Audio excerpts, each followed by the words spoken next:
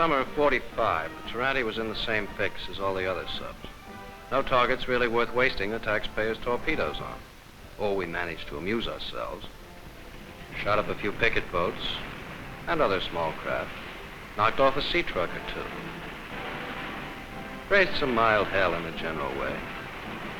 We played pirate and boarded some junks. Scared the crews half out of their yellow skins and gave the deep six to a lot of dried peas bound for Japan.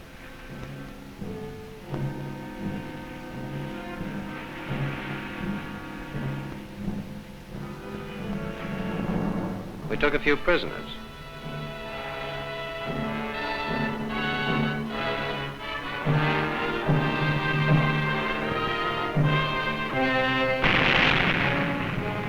Exploded some mines.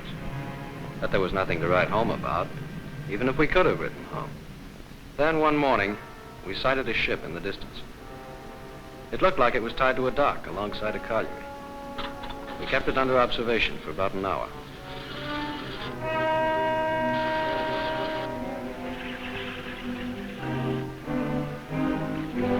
Looked like a 2,000 or 3,000 ton freighter taking on coal by conveyor.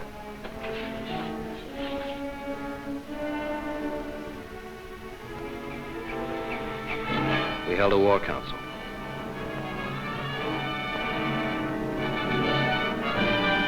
It'd be risky, entering a harbor full of rocks and shoals. Should we try it? Well, we didn't come out here to sit on our duffs. We changed course. Then the skipper, as he always did, spoke to the crew. Fellas, I think you might like to know what we're up to. There's a 2,000 or 3,000 ton freighter in the harbor tied to a colliery dock, taking on coal. That's the biggest ship we've seen so far, and targets are too scarce these days to let any pass. On the good side of the ledger, I can mention these two items. One, there seems to be a lack of patrol craft in this spot, and two, I don't think there are any mines because there's an awful lot of small craft around. Now, on the bad side of the ledger, the harbor's full of rocks and shoals, and navigation's going to be tough. We'll make a submerged attack, but then we'll have to service and highboat it out. If we're caught in here submerged, it'll be just too bad. However, we have the best navigator in the business. So what are we waiting for? Let's go. Battle stage is submerged. We got into position, went through the preliminaries. Let me tell you, right here and now, when the real thing comes up, it's like nothing you ever went through in your life. When that scope goes up in this harbor, you're playing for keeps. Your blood pressure tells you that.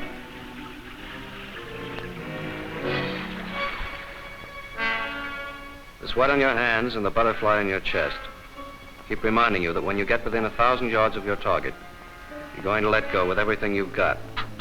Then get, if you can.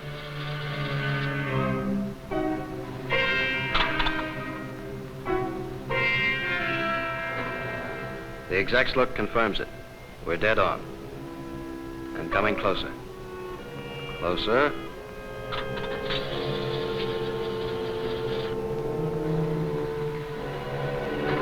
Dozens of small craft crisscrossing overhead. If one of them sights our scope while the skipper's taking cuts to keep us off the rocks, you can make like the song and kiss the boys goodbye. Now, coming on 1,000 yards. 20 to go. 10. 5. Fire 1.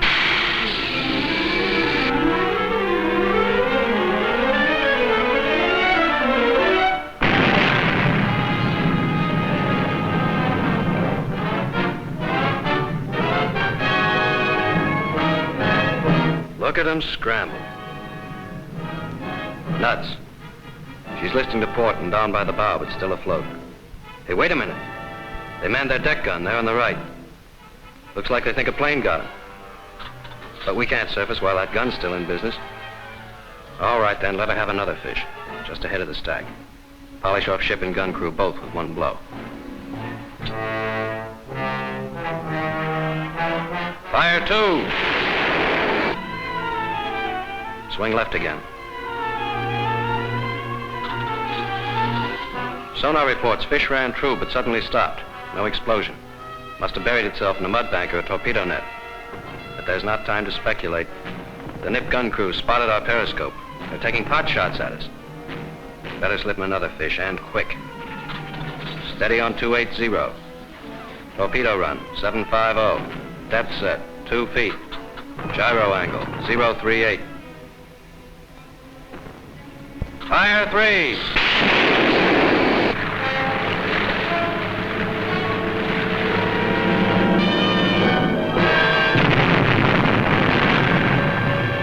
Bullseye.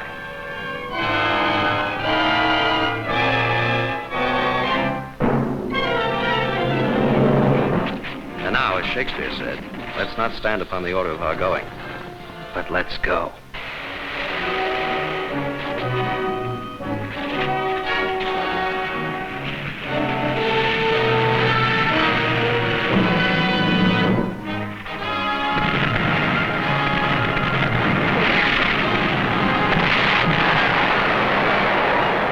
They've got a nerve shooting at us. What kind of hospitality do they call that? All right, now let's show some speed. Wait a minute. We must have surfaced too fast. The bow plane should have folded up like a fighter plane's wings. Stuck out like that, they'll drag our speed down till the Japs can catch us with a rowboat. And that's not all that can catch us. Come up, come up. There. Steady as you go, sweethearts. Now we can highball for deep water. But the Jap fire's getting closer. I'm beginning to sweat again.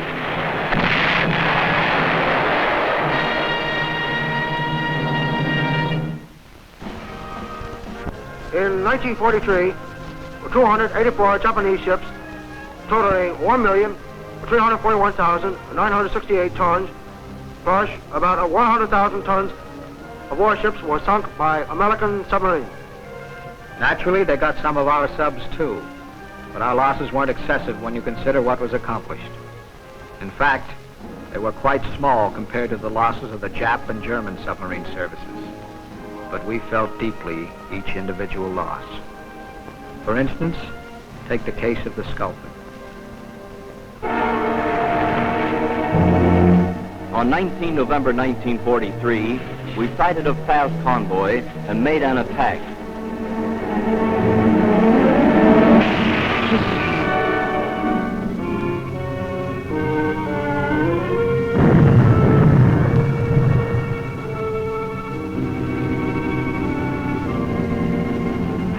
Their screen detected us and immediately subjected us to depth charging.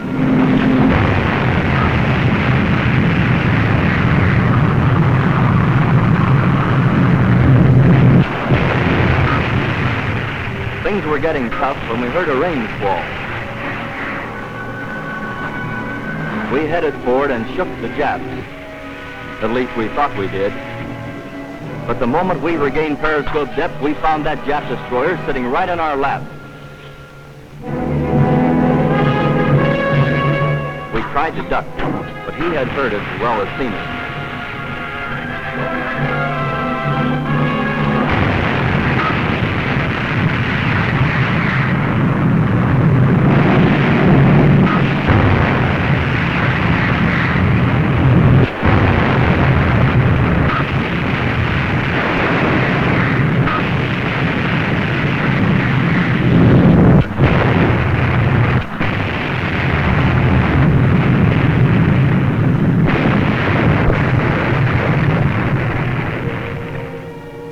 After 5 hours, the batteries were almost flat and the men completely exhausted.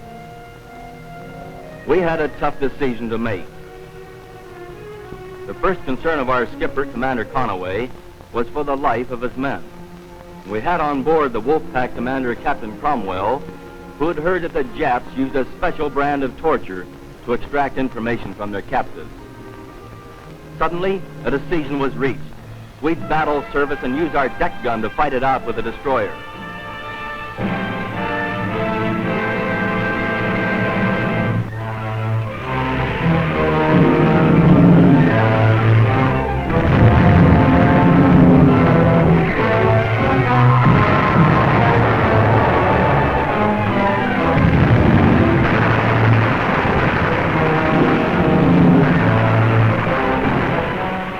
ran away and the next two in command, Lieutenant Allen and Lieutenant DeFries, were killed almost instantly.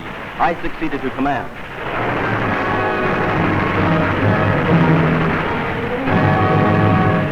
The situation was hopeless. I gave the order to scuttle ship.